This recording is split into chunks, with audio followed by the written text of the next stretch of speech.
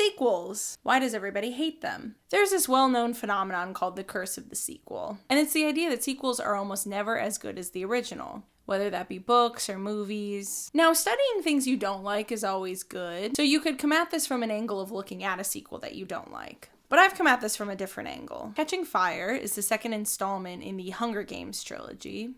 It's also widely considered the best book in the entire trilogy. I want to know why. If we can figure out why everybody likes Catching Fire so much, maybe we can help solve the curse of the sequel within ourselves. Make sure we're always producing quality sequels. You see what I'm saying? So let's talk about Catching Fire. Before we begin, hi, my name is Meredith. This is my channel. I mostly talk about books, talk about writing some as well. Subscribe. Okay.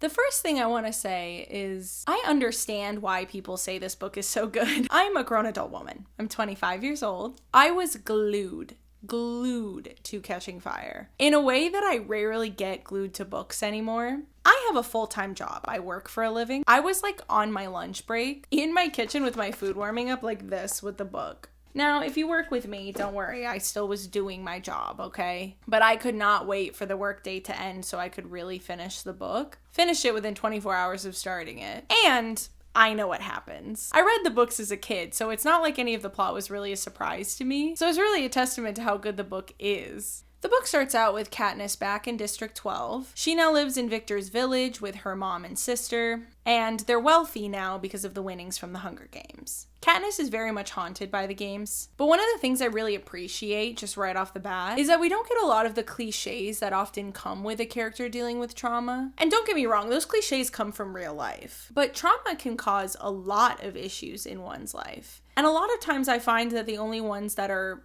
conquered in narratives are things like substance abuse and reclusiveness, if you will, both of which are very real reactions to severe trauma, but there's other reactions as well. I like that we get to see Katniss process this trauma without really shutting herself away from her support network. It's subtle, but I think it's actually a really good thing for kids to read. Like how she's become somewhat closer to her mother and sister in the aftermath of it instead of the other way around. Like I said, many different reactions to trauma, many different ways to explore that through characters. I liked the way Suzanne Collins approached this. I appreciated it for Katniss. It felt very real to her as a character. Katniss is in District 12, and her and Peeta haven't really spoken over these months. If you remember, we left off the last book where Katniss had essentially told Peeta that she had faked a lot of their love affair for the games. Peeta is very hurt by this. He thought their relationship, if you will, that they formed in the games was very real. So he basically left her to like figure out how she feels and has been very cold towards her ever since. So her and Peeta haven't really spoken. Gale has gone to the mines where the children yearn to be. He's also still moderately bitter about her love affair with Peeta, which is so annoying.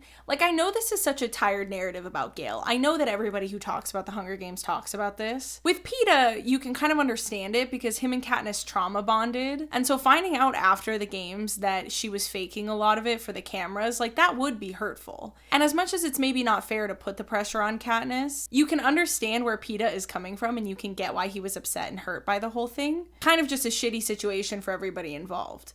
But Gale, what's his excuse? He's back home twiddling his thumbs in District 12 while she's getting chased down on live television. She's fighting for her life. She did what she had to do to survive, and Gale's like, but what about me? What about me? I thought what we had was real. Ugh, I fucking hate Gale. And they weren't even dating. And he's all butthurt. Ridiculous. We get to see more of her and her mom as well, which I really appreciate. They seem to be bonding. Katniss is gearing up for the Victory Tour, which will take them back to all 12 districts. It happens midway through the year between Hunger Games. So this supports information we were given in the prequel, which is that the Reaping Day happens on July 4th, because as Katniss is preparing for the Victory Tour, she tells us that it's starting to snow outside. So we don't have like exact time frames, but I also feel like that makes sense. They probably wouldn't have much of a calendar in District 12. There's never really like a reference to months, something that's subtle that it took me until just now to notice. Or really, it took me until reading the prequel and having exact months and time frames in the prequel, and then coming back to these books and reading Catching Fire and realizing there's never a mention of a month. I don't know, I just find it interesting, like they don't have calendars or something. They only have that in the capital. Maybe I'm wrong, maybe there was a mention of a month and I just missed it, but I noticed that.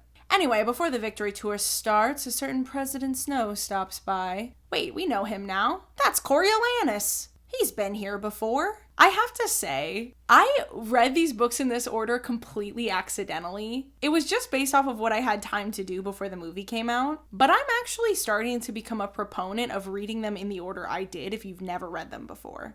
I do think that having read the original Hunger Games book gives a lot of context to the prequel that's really exciting. But having then read the prequel and then gone back and read Catching Fire, President Snow appears a lot more in this book. In fact, he never really appears in the original book. So now we have the context of Coriolanus' character coming back into meeting President Snow.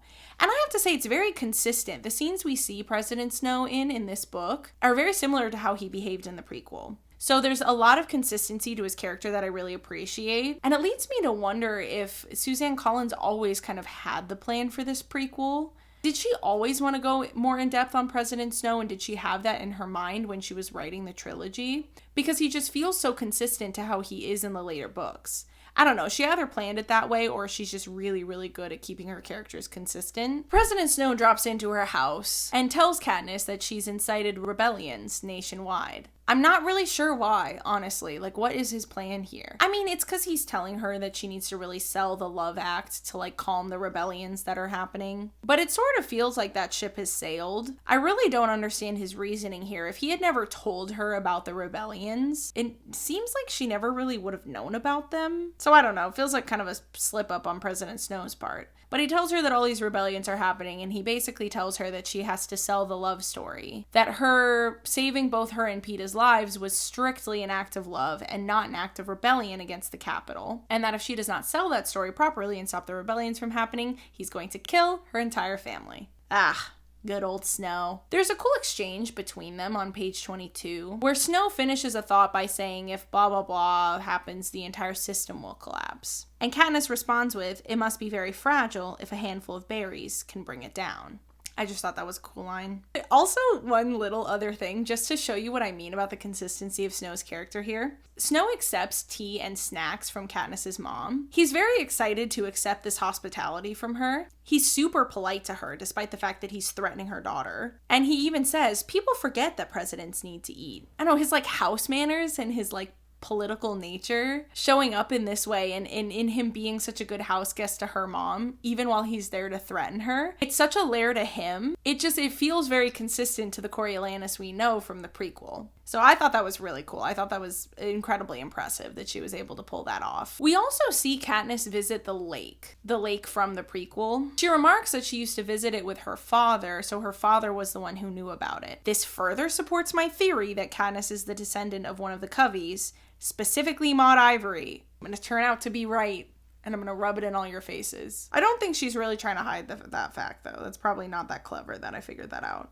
She tells Haymitch about the visit from President Snow, but they agree to keep it from Peeta. I don't remember what their reasoning is. They start the victory tour, they leave District 12, and right as they're leaving, Peeta apologizes to Katniss for being so cold. In the months that have passed, he's reflected on the whole thing, and he says to her that it's not really fair of him to hold her to her actions in the games, that she was just trying to survive. And when it comes to life or death situations, like, people do what they have to do, essentially tells her he has no hard feelings and he wants them to be friends on the victory tour.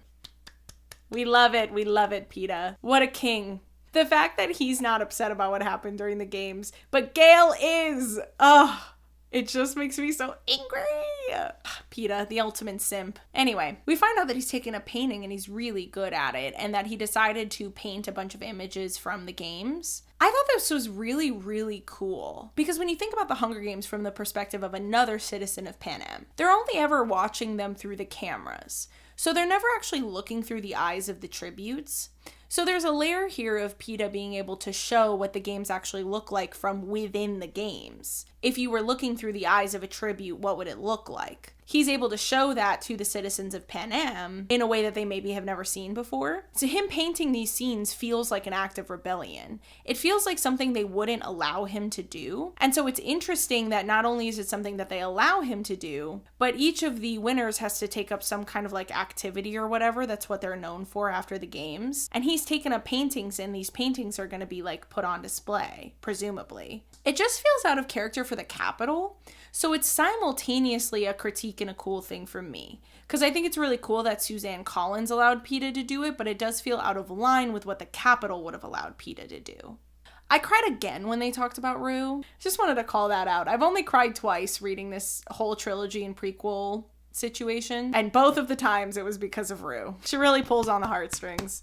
They stop in District 11 first, which is where Rue is from, and peeta, in the middle of their speech, offers a month's worth of each of their winnings to the families of Thresh and Rue as a thanks for how they helped them during the games. Katniss then jumps in and says some very heartfelt words about Rue that again made me cry. And then someone from the crowd whistles Rue's tune from the first book, and they all do the 3 signal towards Katniss, everybody in the crowd. Katniss and Peeta are then very quickly ushered off the stage. Katniss forgot something or something like that, so they turn around to go back and they see that the guy who whistled the tune is shot in the head in front of everybody. And then there's like a huge commotion. Haymitch pulls Katniss and Peeta into this attic that it's not really clear how he knows it's there. Katniss muses that it's maybe because of his own victory tour, but it would have happened so long ago. Like, why would he know that attic is there? I don't know. But he takes them into an attic where there's presumably no microphones, no cameras. This is where they tell Peeta about the threat from President Snow. Peeta's rightfully pretty upset. He's like, I never would have offered them that money if I had known that, like, my family's life was at risk. Like, why would you not tell me about this? And he's low-key right. Why would they not tell him about it? I don't know. I don't even remember what their reasoning was. But they didn't tell him, and they ended up accidentally inciting a riot, as Katniss is known to do, apparently. And the rest of the victory tour goes by in a blur. They don't really go in depth about anything. But Katniss is pretty resolute the whole time that President Snow is not going to be happy with them, and it's probably the beginning of the end. The only other thing I want to note about the tour is that I really like the juxtaposition between Katniss and her glam squad. Her makeup hair team is made up of all people who are from the Capitol, and they are very shallow. Every time they go to do Katniss's makeup, she remarks about how she doesn't really talk. And they just kind of talk at her about their lives and their problems. I think this is important because I think this whole book takes place mostly in District 12. And so we almost need this relationship between her and her glam squad to remind us of the differences between the people from the Capitol and the people from District 12. It's just like one book-long metaphor for the differences between the people in the Capitol and the people in Panem. And it's a good way to kind of keep that fresh in the reader's mind as the book goes on, since it takes place in District 12. We get another fun exchange between her and Snow where they're in front of the cameras and they're actually speaking into the microphone. One of those double entendre situations where they know what they're talking about, but maybe the audience doesn't. I like it. I like that we got a moment where Katniss and President Snow like go toe to toe, establishing them as the big enemies for the rest of the trilogy. Katniss is in charge of the rebellion and President Snow is in charge of the tyrannical government. When we get back to District 12, Katniss witnesses some footage of a rebellion in District 8 on the mayor's TV. She's not supposed to have seen it and nobody knows that she saw it. But it doesn't really matter because there's this new really harsh head peacekeeper. When she shows up to the square, he's whipping Gale. She's toying with the idea through this whole thing of running away, escaping with her family and friends. And after Gale is whipped as he's healing at her house, she finds herself choosing him, deciding that she was always supposed to be with him, she was never supposed to be with Peeta, and that they're gonna run away and she's gonna like be with Gale. Now I think this is interesting because I think it actually shows us what Gale and Peeta are supposed to represent as a love triangle for Katniss. One of the #1 criticisms of the Hunger Games is that the love triangle never really feels like a love triangle. Gale never really feels like an option to the reader. It's so obvious the whole time that she's going to end up with Peeta. But what if that was the whole point? Hear me out. What if Suzanne Collins was never trying to make Gale a real romantic option for her? Gale represents her old life. Gale represents who she used to be. Gale represents the version of Katniss that would have run away to save her friends and family instead of staying to fight. That Katniss died in the Hunger Games. The Katniss that returned is the Mockingjay, the leader of the rebellion, and the version of her that loves Peeta.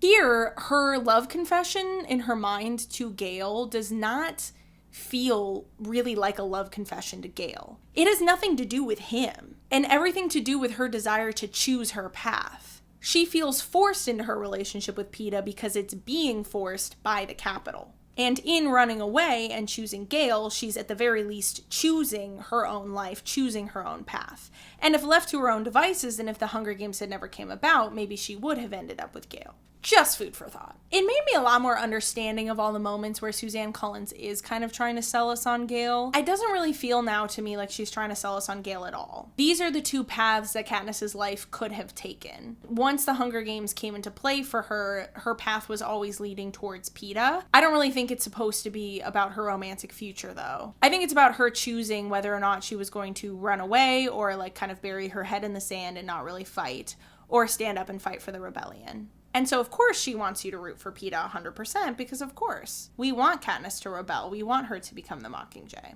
So, I don't know. I thought that was cool. I don't remember what drove me to put this note down, but I'm going to read it because it's funny. She can't think about kissing. She has a rebellion to incite. I don't know why I put that down, but that's funny. I haven't mentioned it up to now because it's not interesting to me. Katniss and Peeta have been keeping up a facade of a relationship for the cameras, and they're getting married. They're having a wedding. They don't actually get married though, but they're planning a wedding. Katniss goes to the lake one more time, and she meets two girls there who say they're on their way to District 13. She feels bad for them because she's pretty sure District 13 has been blown to smithereens. However, they make an argument that all the footage they use of District 13 is repetitive. Like they think they use the same footage. Katniss is like, well, there's very many reasons for this, so whatever, so she writes it out of her mind. But she tries to help them as much as she can all the same, and then she returns back to District 12 to find the electric fence has been booted back up. Maybe I'm thinking a little too hard. But there's a metaphor here, I think. She has to jump over the fence to get back into District 12.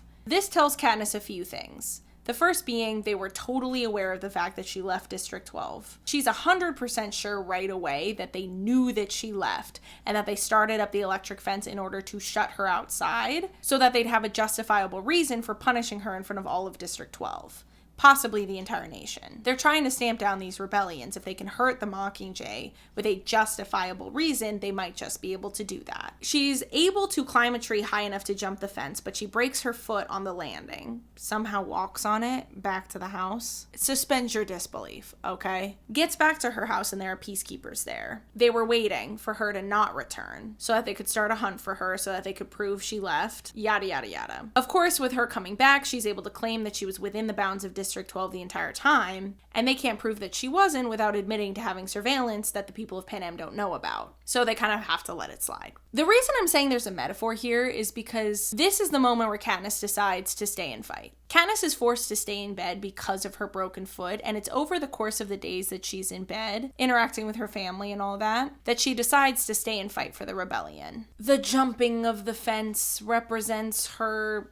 You know where I'm going with this. I'm being kind of funny about it, but I do think that's supposed to be the metaphor here. Choosing District 12 and jumping over the hurdle, and you get it. There's some really cool moments here where she finds out from her glam squad which districts are rebelling by finding out what items they're struggling to get a hold of. This is so smart and so icky because it's such an indicator of American culture. When global crises are happening, we have less access to things here in America that come from those locations. And you'll see people like her glam squad who are complaining more about the lack of access that we have to whatever item we can't get a hold of than whatever global crisis is happening that's stopping the import of said thing. So it's cool because it has that parallel to real life, and it's a very practical way for Katniss to figure out which districts are rebelling. So she knows District 4 is rebelling because of their lack of access to shellfish, and so on. Then it's time to announce the quarter quell, which I'm only going to say a few times because I will struggle to say it probably. It's actually very hard to say. Quarter quell. Okay. That's what we went with, Suzanne. Okay. Every 25 years, they do an extra special Hunger Games as a marker of an anniversary to the rebellion. Hence the quarter quell, quarter of a century. The 75th Hunger Games, which are this year's Hunger Games, their special thing is that they will be reaping from past tributes to show that no one is stronger than the Capitol, not even the victors of these very Hunger Games. Katniss immediately does the math. She's the only surviving female tribute, so she will be going back into the arena. It's just a question of whether or not she's going back in with Peeta or Haymitch. One of the things I didn't think about is how few victors there would still be. It makes sense after they explain it, but it's just something I had never thought about. There have only been 74 Hunger Games up to now, so there have been 75 total winners because Katniss and Peeta both survived the 74th Hunger Games. However, there's only 59 still alive, which also makes sense. So they're pulling from a pool of 59 to get 24 tributes. And supposedly, only one of them is going to survive. So they're pretty much cutting the surviving tribute pool in half. Katniss speculates as to whether or not this was actually what was on the quarter quell card. I did that in one take. I said that in one take. I swear it. It's just so convenient. They can kill Katniss in the games, and then they don't have to worry about her anymore. She's convinced this is something they thought of and pretended to pull out on some old card, because supposedly the rules for all the quarter quells were pre-written. The other thing that's really fascinating about it is that it's obvious Panem isn't doing very well. The tributes are a very expensive thing. They're all super wealthy from having won the Hunger Games. How convenient is it for the Capitol to not have to pay those tributes anymore? You see what I'm saying? So her, Peeta, and Haymitch all start training for the Hunger Games. They train for presumably about 6 months. It's all done in a montage. Peeta is determined to be the second tribute. If his name gets called, cool. If Haymitch's name gets called, then he's gonna volunteer as the tribute. That's what ends up happening. So Haymitch gets called, but Peeta volunteers. So there's nothing Haymitch can do, and Peeta ends up being the tribute. Now Katniss gets Haymitch to swear to her that their main goal is to keep Peeta alive. Her reasoning for this is that Peeta is way better in front of the cameras than she is. So the plan she makes with Haymitch is to keep Peeta alive so that he can be the face of the rebellion when the games are over. She goes into them pretty resolute that she is not going to survive them. She is perfectly willing to die on Peeta's behalf. They take a completely different route to all the game-related stuff. They pretend like they're above most of it this time around instead of playing into it. And when it comes time to show their skills to the game makers, Peeta paints the scene where Rue died on the floor for them, and Katniss hangs a mannequin and writes the name of the old game maker on it, who she knows from President Snow got assassinated by President Snow after he made the decision to allow both Katniss and Peeta to survive the Hunger Games. Showing this to the game makers, basically saying, you're gonna die too. Remember this guy? He got executed for doing your very job. Now, they both get rated 12s going into the games. If you'll remember, they rate all the tributes on a scale of 1 to 12. This irritated the shit out of me because everybody reacts like this is horrible because it like makes them targets. But people were so excited the previous year when Katniss got an 11 because it meant she was going to get more sponsors. Now, maybe you could say because Katniss and Peeta were going to get sponsors anyway because everybody loves them. Everybody loves them as a couple. But I don't know. It just seemed so backwards. Like last year it was really good that Katniss got a high rating, but this year it's not. That's confusing. President Snow requires Katniss to wear what was supposed to be her wedding dress for the interviews as a final fuck you, basically. But Katniss's stylist designs it such that when she spins, it turns into a mockingjay. So she's wearing this gorgeous gown with these big wings. Then Peeta goes out for his interview and tells the world that Katniss is pregnant. Do not be confused. Katniss is not pregnant. This is a lie. And in my opinion, kind of pointless. They reference this a lot through the games, but I'm just going to talk about it all now. Katniss herself keeps forgetting that she's supposed to be pregnant, and other people keep mentioning the baby to her, the baby, the baby, the baby. It's just silly. I don't know, it felt super irrelevant for me. I think maybe the reasoning behind doing this is to give the other tributes a reason to be being so nice to Katniss. That isn't what the eventual reason is as to why they're so nice to Katniss, giving them that cover. However, that falls through because I'm gonna spoil my own video a little bit here, but Peeta also doesn't know what the plot twist is. Both Peeta and Katniss are completely in the dark as to what the plot twist is at the end of this book. So why would Peeta know that he needs to claim Katniss is pregnant in order to give the other tributes a reason to be nicer to her? Like, why would he know they're gonna be nicer to her? They don't know, he doesn't know that. So it's one of the only decisions made in this book that I really, really didn't like. I genuinely, truly, from the bottom of my heart, feel like we didn't need it at all. And every time it got brought up, I just got irritated. People would be like, but the baby, but the baby. But the baby what?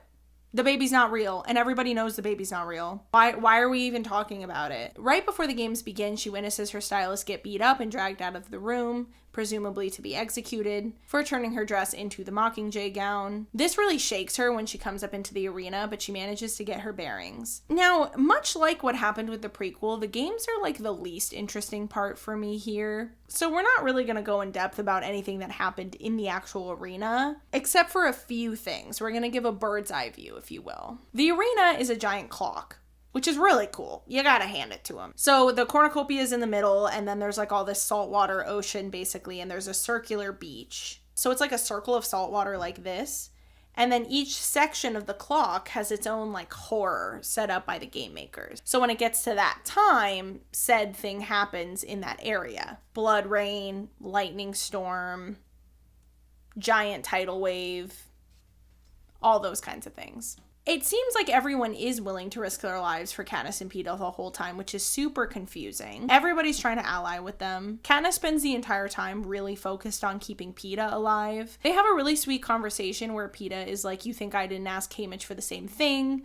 Meaning that he asked Haymitch to keep Katniss alive. But Katniss stays resolute the whole time and convinced that she's never going to return home to District 12 and that she will not survive the games. Here's something fun, and I'm going to go off about this for a while. I do apologize. I have quite a tangent to go on here. There's a typo on page 336. Everybody turn. Class, take a look at this. Look at this. This isn't going to make sense for a second, but let me explain. Look at this. I've underlined it here for you. No, Katniss's point was a lot more basic than that. Sorry, I had to read it backwards. Katniss's point was a lot more basic than that. What's the typo? This book is written in first person. Allow me to read you 2 sentences in a row. No, Katniss's point was a lot more basic than that. Beatty's articulated a theory far beyond my comment on the sun. What the fuck am I talking about? Let me explain. This all points to a little thing called perspective. Stanley coming at you live to clarify a few things that I didn't explain super well. Okay, so I started to try and explain perspective here, but I didn't really do a good job. So basically, perspective has a few different pieces to it, but it all ties into who is telling you the story. You've got the first person versus third person, which is essentially how everybody who's talking to you refers to themselves. So when you're in someone's head, do they think of themselves as I, me, we, or do they think of themselves by their name? So for example, I'm sitting on the couch versus Meredith is sitting on the couch. Then you have like singular versus plural. So is it one person telling you the story or is it multiple people telling you the story, right? Oh my goodness. Someone does not want to be pet right now. I think he's kind of mad that I'm talking. But anyway. Oh, I'm sorry, buddy. I didn't mean to. Oh, we were hanging out. Pouting over there now. He's like, how dare you? Anyway, when you're in third person plural, you can have like omniscient. The difference between omniscient and normal plural is like really nuanced, but it's basically like, is the narrator each individual person as you move into their minds? So they are thinking of themselves in the third person, but you can only see what they see and you can only hear what they think when you're in their mind, as opposed to omniscient where the narrator can read everybody's minds at once. You might have a scene where you're getting multiple perspectives at the same time without having some kind of break where you clearly switch perspectives. There's advantages and disadvantages to all of it, but the main advantage of third person is that if you're doing multiple perspectives and it's really clear to the reader who's talking at any given moment, because if you do first person but plural, if you do first person plural, then how does the reader know when you turn the chapter whose perspective you're in now if everybody just refers to themselves as I, right? You see why it would be weird? Whereas a lot of times when there's only one narrator, they do it in first person because it's a lot more relatable to us as the reader.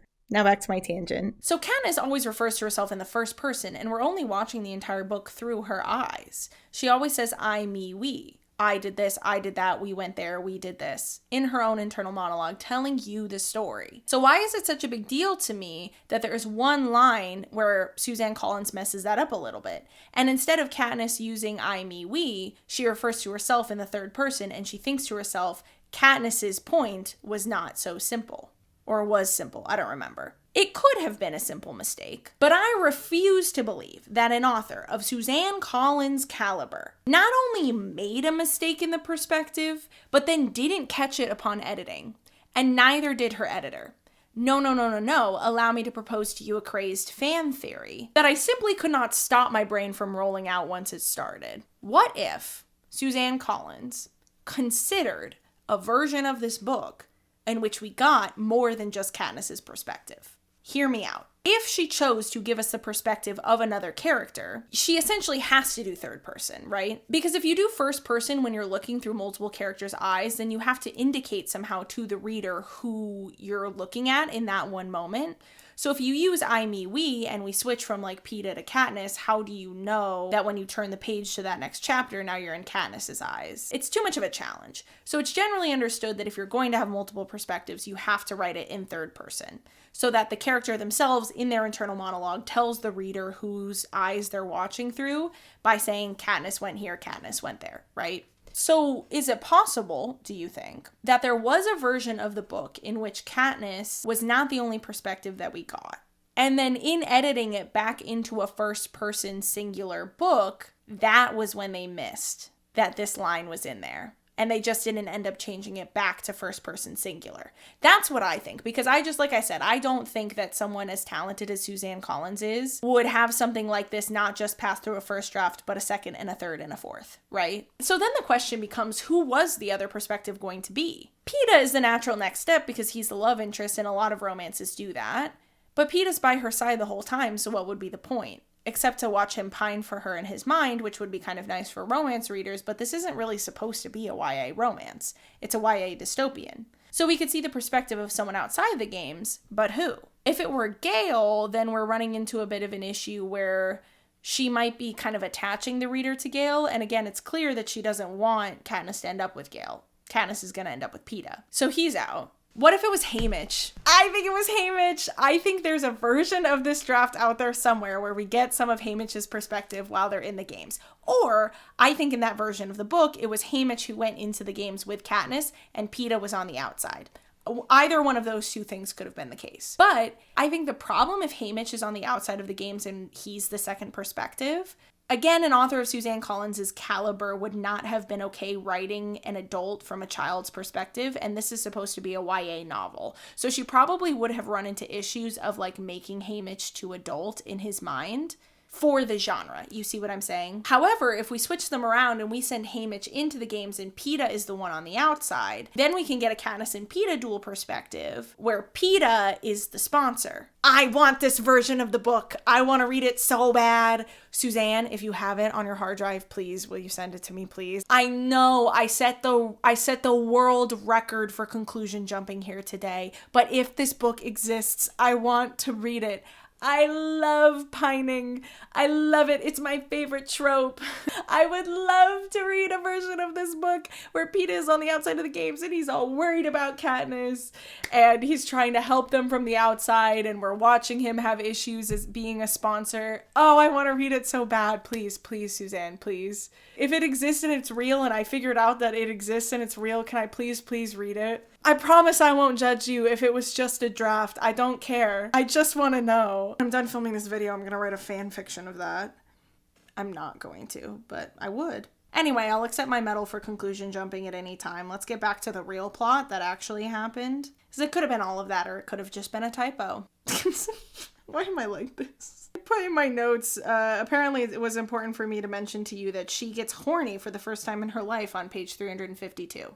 And then it says, what a wild place for this to happen. I assume I meant in the arena. I think she's making out with Peeta. I look terrible in this lighting. Forgive me. So again, nothing that really happens during the games is all that important, except that all the other tributes seem to be really trying to keep both Katniss and Peeta alive. And then there's a lightning strike on the big tree. They came up with this whole convoluted plan to like put wire into the ocean so that it like electrifies all the sand around the ocean area. I'm not convinced that that would work, like, technologically, but that's all right. You want to say hello to the people? You want to say hello to my subscribers? He doesn't like to be picked up, so we'll see if he gets upset with me. Come here. I know we don't like it. Say hi to the subscribers. This is Stanley. All right, let's go through the rest of my notes together, shall we? So anyway, they end up using the lightning tree to like break down the force field. The last thing Katniss remembers is getting picked up by a hovercraft. So when she wakes up, she thinks she's in the capital, but she finds out quickly from Haymitch that she's actually in District 13, believe it or not. There's this whole secret rebellion. You don't like this very much, do you? He likes being pet. Oh goodness. Okay, all right, ow. Okay. We didn't love that, I don't think. You know, sometimes it's a pet owner's job to annoy them. Look at his little head.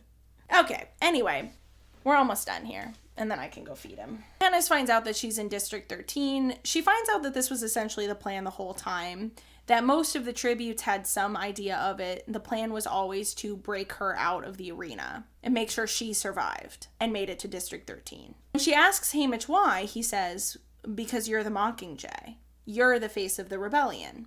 So the thing that she told Haymitch she wanted Peeta to survive for is why Haymitch wanted her to be the one to survive. She's pissed. She also finds out that Peeta did not get rescued and that he is still in the capital. She goes on like a hunger strike, essentially. And the only way they can get her out of it is by having Gale go talk to her. And the whole time in her mind, what she's thinking of is that she really is still just a pawn in everybody's game. They didn't even tell her they were doing this. They didn't give her the option to say she needed Peeta saved too. They didn't give her a choice. She's just as much a pawn in Haymitch's games as she is President Snow's. He tells her that he managed to get her mom and sister out of District 12, and her response is something about District 12, I don't remember. And he says, Katniss, there is no District 12. And that's how she finds out that they completely bombed District 12 to the ground, same as they did the District 13, supposedly, allegedly, even though they're in District 13 right now. And that's the end of the book. Again, it was really good. I really enjoyed it. But then there begs the question, what was so good about it from a sequel perspective, and why does that not typically translate to other books? I went and tried to do a bunch of research into why people say that sequels are never as good as the original. And a lot of what I was reading was about how they don't have as much time to write it, or they just kind of copy the original plot of the original movie, or whatever.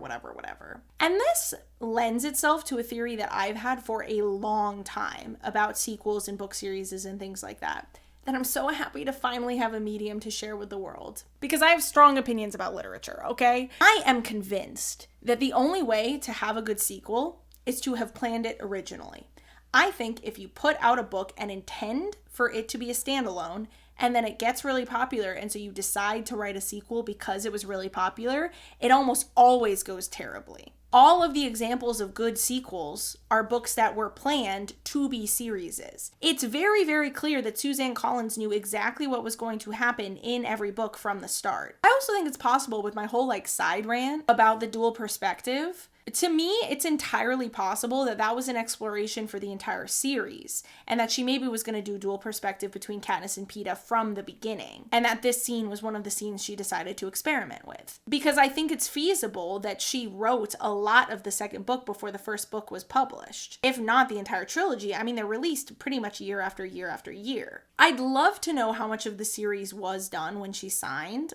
Did she say, I have all 3 books already? But it certainly feels like it was at the very least planned, if not written, all together, right? And that's what makes it so good, and that's what makes it so cohesive. And since then, she hasn't gone to anything past the end. And I really think that's important. I think when it all leads up to some big ending, going past that ending is really, really difficult. I wrote down 2 examples, the first one being Outlander. Now, do not come for me. I love Outlander, the book series, okay? I love it. Love it. One of my favorites of all time. But the 4th book is objectively the worst one. Why does that lend itself to my point? I'm so glad you asked. Because she planned it as a trilogy. Outlander was originally only supposed to be 3 books, and she started tacking more books on because the series was really popular. The 4th book is super duper aimless, and it doesn't really have a direction. And the whole series gets back on track when Bree and Roger come in as characters. Because the whole original trilogy was leading up to the end of the 3rd book. So once you get past that point, she didn't have a direction. She didn't have a place to go. So it feels aimless to the reader because she probably felt aimless writing it. I feel the same way about Supernatural. Listen, of course I loved Supernatural in middle school. Who didn't? You're lying if you say that you didn't. Up to the 5th season, Supernatural is a good show. Past the 5th season, it's not a very good show. I'm sorry.